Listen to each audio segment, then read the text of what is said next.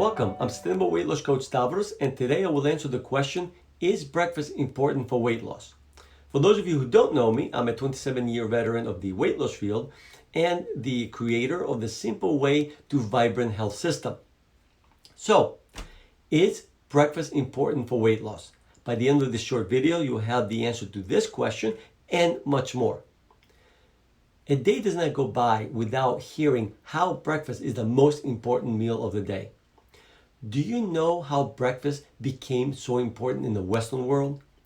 I say in the Western world because the rest of the world doesn't consider breakfast an important meal. Up until the 1920s, breakfast was a small or non-existent meal. In the 1920s, Beech Nut Packing Company, producer of many things including pork products, wanted to increase the demand for bacon. They hired Edward Bernays, who was the nephew of Sigmund Freud, the famous psychologist, to help them do that. Bernays was a PR guy and he was very good at using psychology to get people to buy products or to buy into ideas. Anyway, what Bernays did to increase the demand for bacon was very simple.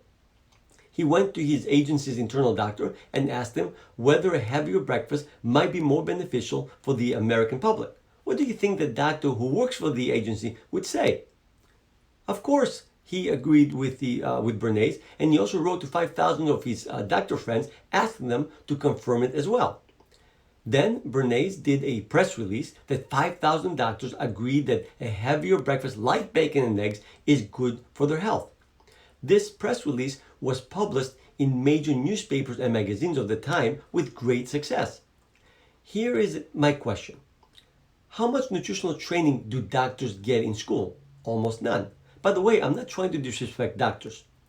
Doctors play a vital role in healthcare, but they're not nutritional experts.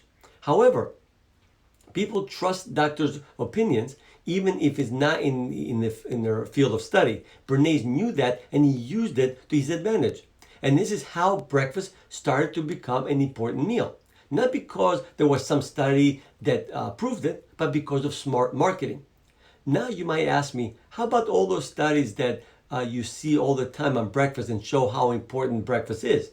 Actually, all these studies don't prove much, and don't take my word for it. Dr. David Allison of Nutrition and Obesity Research Center of the University of Alabama and his colleagues took a closer look at breakfast studies.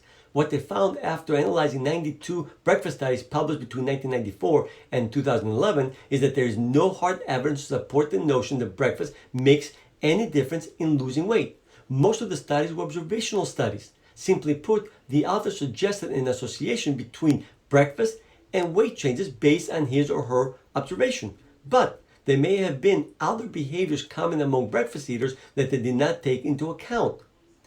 The registered dietitians and physicians from the Pertikin Longevity Center agreed with the conclusions of the University of Alabama scientists. Hear what Dr. J. Kenny, Pertikin's nutrition research specialist, had to say about breakfast. The assertion that we all must eat breakfast or that skipping breakfast promotes weight gain rests on very weak, credible data. There are unfortunately many truisms in the world of nutrition that are not true at all.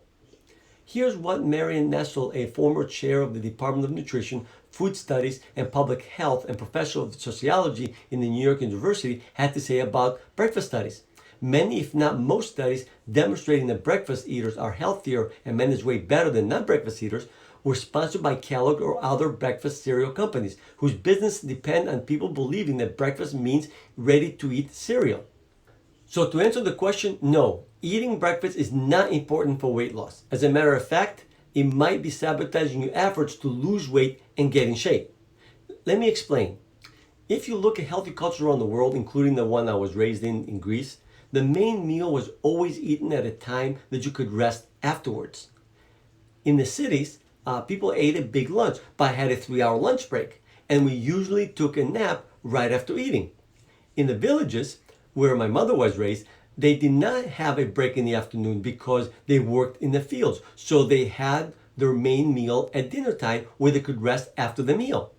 If you look at other cultures, the main meal is always eaten at a time when people could rest after the meal. Look at animals that eat of any significance, like lions, tigers, cats, dogs. What do they do after eating? They sleep, or at least they rest. Think about it.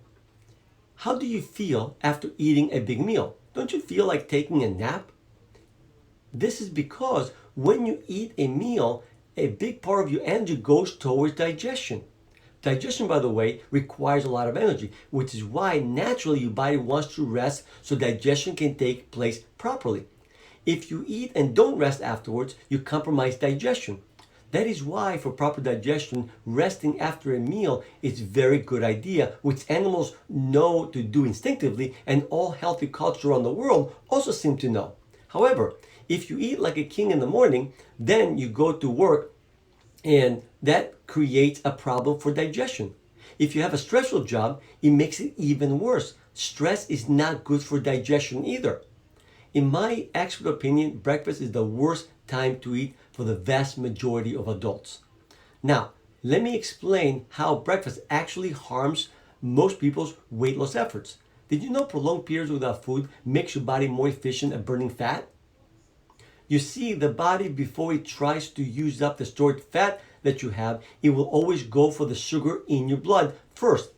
And as the sugar in your blood drops, it makes a transition to burning the stored fat that you have.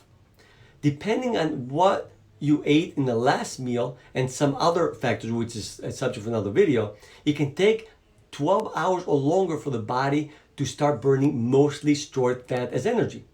When is the only time most people go for 12 hours without eating? Between dinner and breakfast. If, let's say, you finish eating dinner at 8 p.m. and you eat breakfast at 8 a.m., there is your 12 hours. So most people's bodies in the morning are burning mostly stored fat. As long as you have stored fat, the body does not need to eat in the morning for energy. Most of us have plenty of stored energy. Now, as soon as you eat breakfast, you stop the body from using stored energy. By not eating breakfast, you give your body more time to burn more of the stored energy that you have. There's also other great benefits, by the way, which is a subject for another video.